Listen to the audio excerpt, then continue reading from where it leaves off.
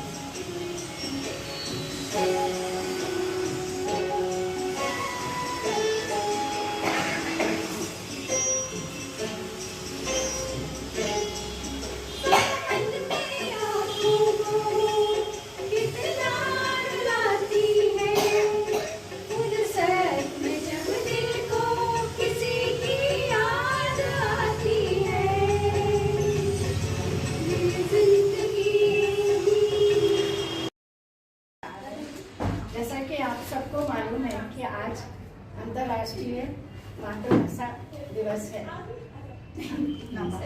अंतर्राष्ट्रीय मातृभाषा दिवस है। उसी के उपलक्ष्य में मैं भी कुछ लाइनें बोलना चाहती हूँ अपनी बंगाली भाषा के विषय में।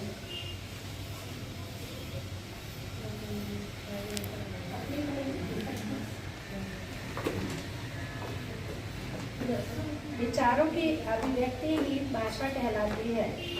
बंगाली भाषा लगभग 1300 वर्ष पुरानी है।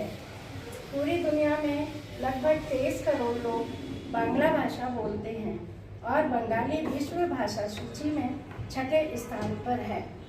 बांग्लादेश में हमारी बंगाली भाषा के लिए बड़ा आंदोलन हुआ और कई लोग शहीद भी हुए। 21 फरवरी 1952 को हमारी बंगाली भाषा को अंतर्राष्ट्रीय भाषा के रूप में मान्यता मिली। मेरा अभिमान, मेरी आशा ओ आ मेरी बंगाली भाषा। इस मीठी बंगाली भाषा का साहित्य बहुत समृद्ध है।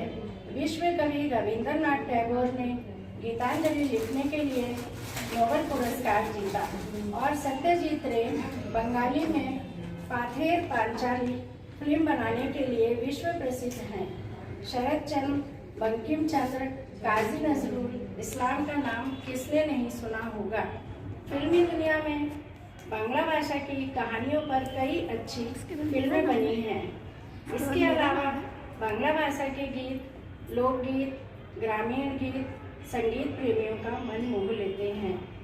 आइए आज इस विश्व मातृभाषा दिवस पर हम मैं इस मीठी बंगाली भाषा को और आगे ले जाएंगे, ऐसी प्रतिज्ञा करें। जय हिंद।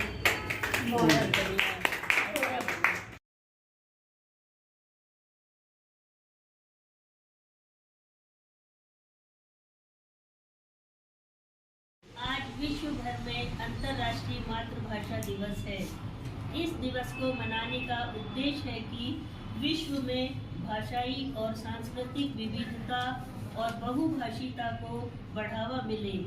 इस अवसर पर मैं आज आप सभी के समक्ष पाली भाषा की कुछ महत्वपूर्ण जानकारी प्रस्तुत करना चाहती हूँ।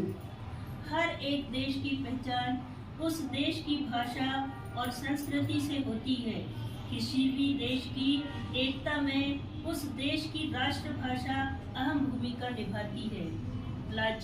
पाली प्राचीन उत्तर भारत के लोगों की भाषा थी, जो पूर्व में बिहार से पश्चिम में हरियाणा, राजस्थान तक और उत्तर में नेपाल, उत्तर प्रदेश से दक्षिण में मध्य प्रदेश तक बोली जाती थी। महात्मा गौतम बुद्ध भी इन्हीं प्रदेशों में विहरण करते हुए लोगों को धम्म समझाते रहे। पाली भाषा के जनक कौन है, इसके बारे में आपको जानकारी में बता रही। पाली भाषा सम्राट अशोक के काल में मगध और उसके आसपास प्रचलित भाषा थी। बौद्ध धर्म से संबंधित त्रिपिटक ग्रंथों में और सम्राट अशोक द्वारा स्थापित किया शिलालेखों एवं लौह स्तंभों में भी महात्मा बुद्ध के उपदेशों को पाली भाषा में उत्कीर्ण किया गया है। जैसे कि सांची का स्तूप वगैरह आप लोग देखेंगे, उसमें जो भी शिलालेख आपको जहाँ भी मिलेंगे, आपको ये पाली भाषा में ही मिलेंगे। पाली भाषा क्या है, इसका जन्म कहाँ हुआ? पाली भाषा दीर्घकाल तक राज्य भाषा के रूप में भी गौरवान्वित रही है। भगवान बुद्ध ने पाली भाषा में ही उपदेश दिए थे। सम्राट अशोक के समय में इसकी बहुत उन्नति हुई। उस समय इसका प्रचार भी विभिन्न बाह्य देशों में हुआ। सम्राट अशोक के समय सभी लेख पाली भाषा में ही लिखे गए थे। यह कई देशों जैसे श्रीलंका, बर्मा आदि देशों की धर्म भाषा के रूप में सम्मानित हुई। पाली भाषा का उद्भव महात्मा गौतम बुद्ध से लगभग 300 वर्ष पहले ही हो चुका था, किंतु उसके प्रारंभिक साहित्य का पता नहीं लगता।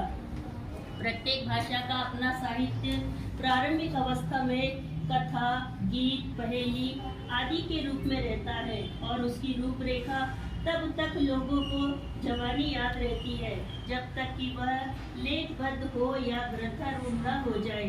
इस काल में पाली भाषा की जैसे उत्पत्ति हुई वैसे ही विकास भी हुआ।